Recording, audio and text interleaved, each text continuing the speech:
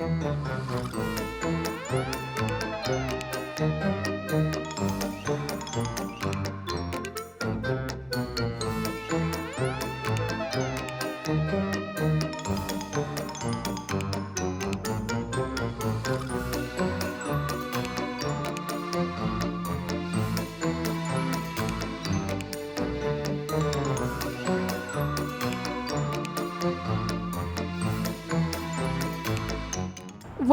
to the first episode of our new show, Festive Beaufort. I'm your host, Chloe G. For this episode, we're going to be recapping some Halloween events around Beaufort County, including a pumpkin patch in Hilton Head, a pumpkin patch in Beaufort, and a spooktacular event in Bluffton. All right, so first thing, would you be able to just tell us your name and kind of your role here with the church? I'm Lynn Stratton, and I work with the youth here at the church, and the pumpkin patch is the youth fundraiser. Okay, so how did this really get set up and how long has it been going on? This is our 22nd year, and it got started with, goodness gracious, 2001, and it's just been growing constantly. We first started with one load of pumpkins, and now this is 2 full loads. Mm-hmm. And yeah. So where do the pumpkins come from? The pumpkins come from New Mexico, and they're by the Navajo. The farm owner was in North Carolina, and then he moved out to New Mexico because he had a problem with the crops here. Oh. And so it helps the Navajos too earn their money. So have you stuck with the same person since the beginning? Yes. That's really yes. awesome. A nice partnership y'all have built. So where does the money go that you use you get from selling the pumpkins? The money is for the youth. And what we do with the money is we give to different parts of the church.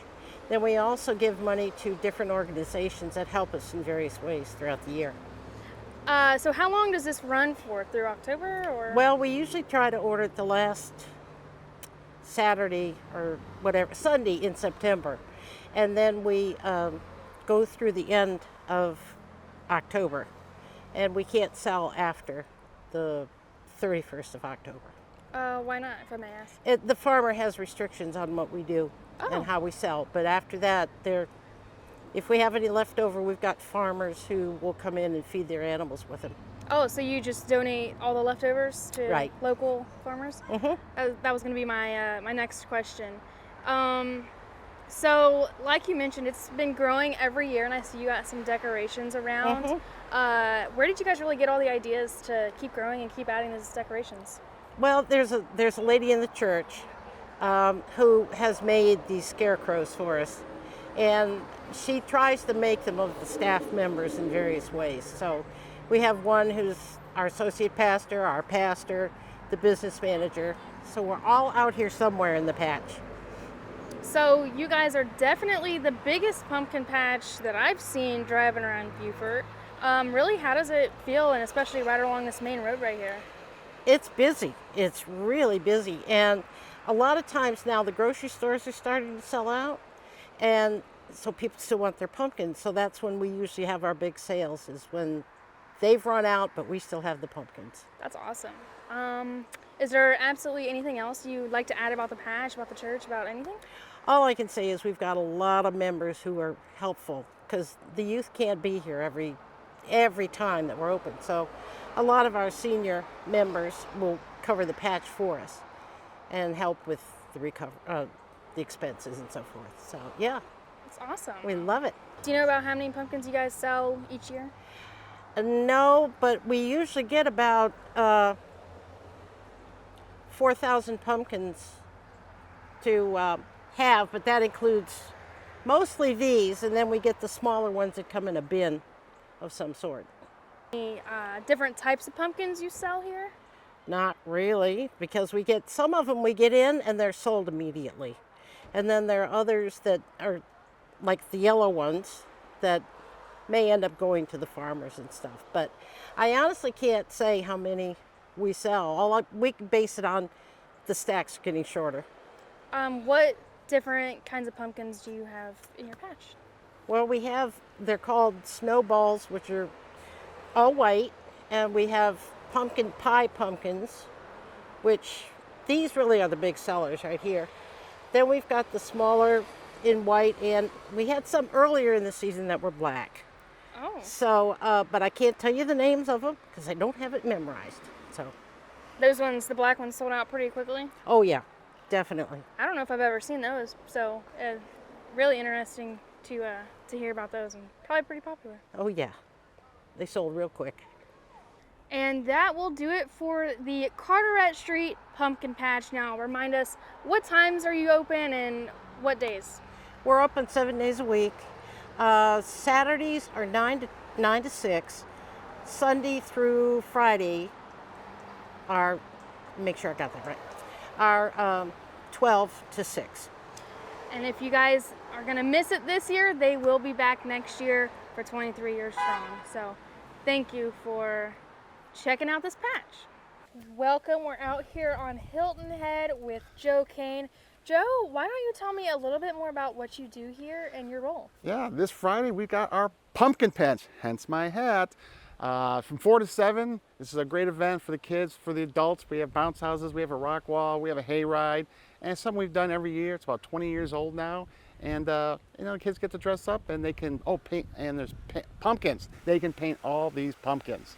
So what was your role in this? How did you help plan this? I get to make sure the inflatables get blown up, and then we have all these decorations. And if it's windy like this, the decorations, like the Frankenstein, he wants to blow everywhere. Mm-hmm. So how did you really get involved with the events around Hilton Head? I've just been with the rec center since 1991, and eventually I moved into the special events position, and things like the pumpkin patch, the oyster festival next month. We just do it all here, and just something for the community. We like to say that no child is denied recreation, and proceeds raised from festivals like the pumpkin patch do that. Can you kind of give us a rundown of everything that this pumpkin patch is going to have to offer? Okay. Yeah, we got there'll be a costume contest. We have Jeff Taylor from the Surf. He MCs the event, and the kids get to parade through the front of the pavilion up there, and we vote on who's got the best outfits. And I don't even know what most of these kids are anymore, because that's how old I am. Like, what is that? Who's this? I bet you would know it. If we're superhero themed, like you mentioned for the kids, but there's going to be a lot of exciting costumes you're going to get to see. What did you say your costume was again? We're going to be superheroes, and we don't usually tell everybody what we're going to be, but I get to be Hulk Smash. Hulk Smash. Sounds very exciting. So, you mentioned proceeds. Where do the proceeds go to? It goes to our scholarship fund. We're a nonprofit organization, and money's raised goes to our scholarship fund. We like to say that no child is denied recreation. I like that. I like that saying a lot. Yeah, I moved here in the 1980s, a little different here Hilton Head was, and then I got with the rec center in 1991, and I knew some of the people that were in charge. My executive director Frank Sull, he's still here, and he said, "Hey, come on, work for the rec." And we do other things than just the events. We do all the soccer programs, summer camp.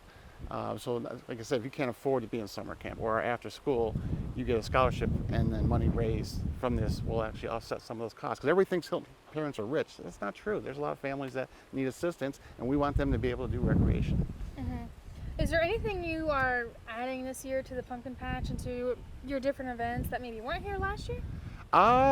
Yes, we are doing an all archery thing. We have an outdoor rec program, so we've added the archery component to the hay rides. So Nate Skager runs that for us, and hopefully nobody shoots themselves with a bow and arrow. Hopefully.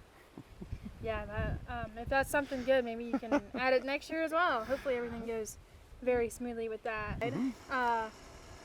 Where's it going to be going, and how long? It actually goes around right out down there, kind of goes through the back, what we call the vendor parking, so it kind of winds through some trees and comes back around. It's not very long, but it's just something, something people do in the fall. So you got bales of hay in there, and we just kind of have fun with it. And so, so a lot of kids don't get to experience that. So why not add it to the pumpkin patch? So how much does this event cost? Free.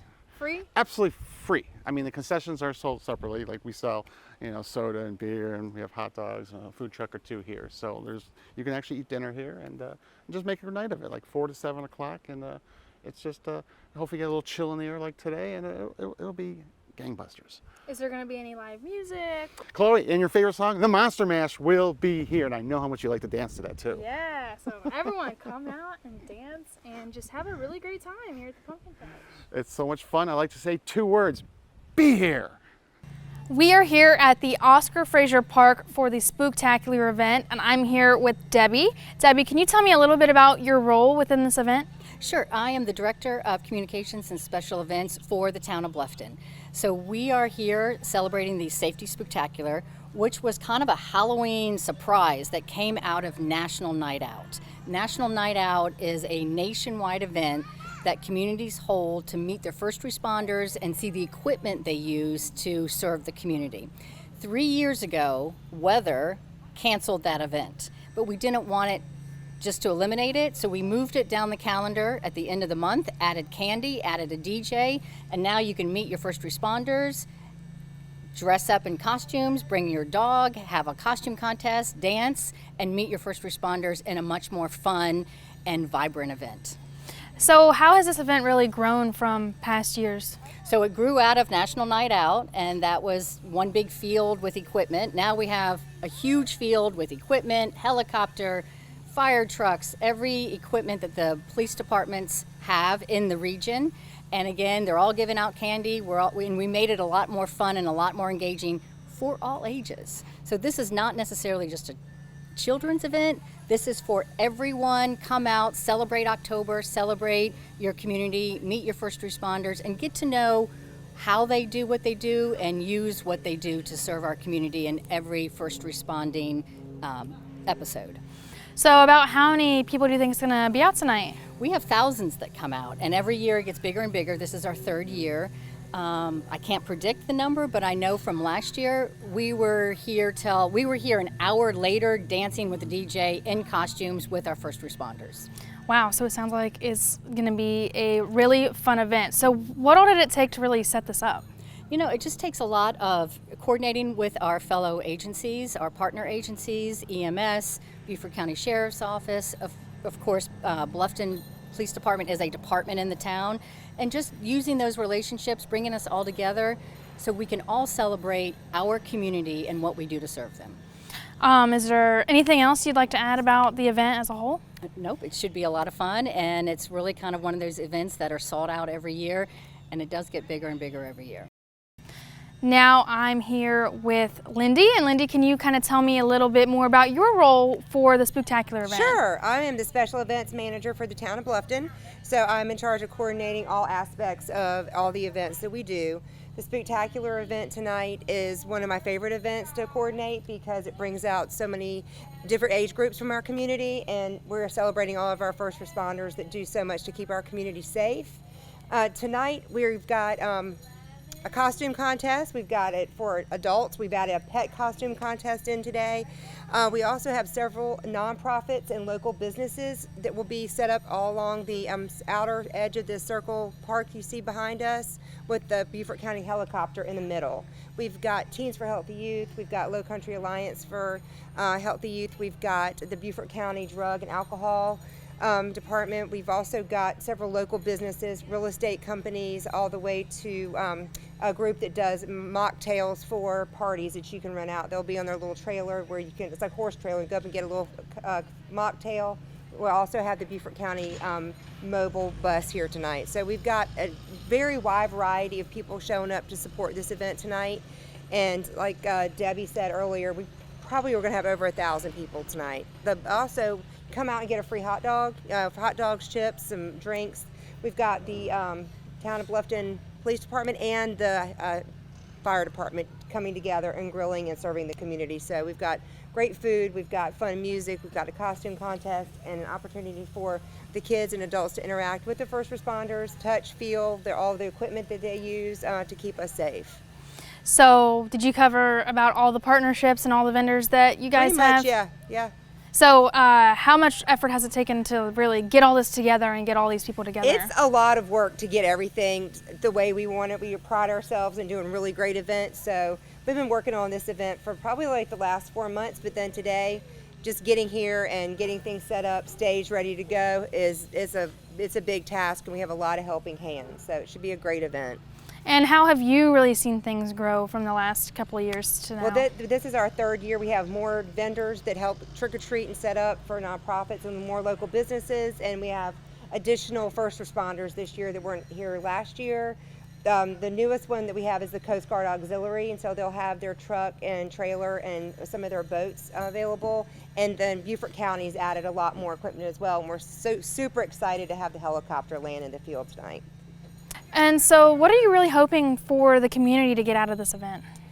First of all, I want the community to have fun, enjoy themselves, celebrate Halloween. The main thing that's going to come out of this event, hopefully for the community, is they'll be able to see our first responders in a laid-back atmosphere. So when hopefully they don't have to interact with them in a scary situation, they'll know and be comfortable with how the equipment works, how the fire department interacts with people, so they will be more comfortable if something ever was to happen, that they would know, oh, I've met these guys, they're really great, this is what this is for. So it's not always a scary thing for people to encounter when they do have an emergency.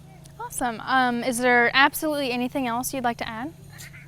This is just one of the best events besides the Christmas parade that we have coming up the first weekend of December. So that's our next thing that will be really fun that everybody needs to find out about and come join us. So that's about it. It's going to be a great night. Awesome. And that does it for our first episode of Festive Beaufort. A huge thank you to everybody who participated. Moving forward, we are going to try to cover way more events around Beaufort County. So if you have any events that you would like for us to come out and see, be sure to send us an email at bctvsocial@gmail.com.